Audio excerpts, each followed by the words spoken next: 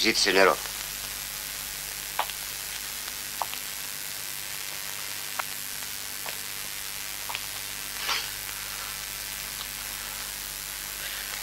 Στέφανε, δεν ξέρεις πόσο με απογοήτευσες.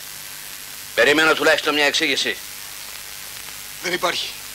Πες πως έχω τρελαθεί. Έχεις τρελαθεί? Και ξαφνικά τρελαθώ εγώ. Μπορείς να μου πεις τις συνέπειες? Μην παίζει μεταφυτικό. Είναι σαν να παίζει με τη φωτιά. Ξέρεις τι πουλάμε στους ανόητους? Το θάνατο. Έχουμε εξοικειωθεί τόσο μαζί του που ένας νεκρός περισσότερο ή λιγότερο δεν έχει καμιά σημασία. Μόνο που αυτή τη φορά νεκρός δεν θα είναι ο πελάτης μας, αλλά εσύ. Πες μου γιατί το έκανες. Χρόνια και χρόνια πάλεψα για να κάνω λεφτά. Να φύγω από τη φτώχεια και τη μιζέρια. Να γίνω κάτι σε αυτή τη σάπια κοινωνία που τόσο με ταλαιπώρησε και από εγώ τώρα την εκδικούμε. Ναι, την εκδικούμε.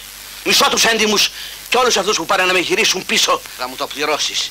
Θα μου το πληρώσεις ακριβά. Κάθε μια θα μου το πληρώσεις ακριβά. Έπιασε πάλι η καρδιά του.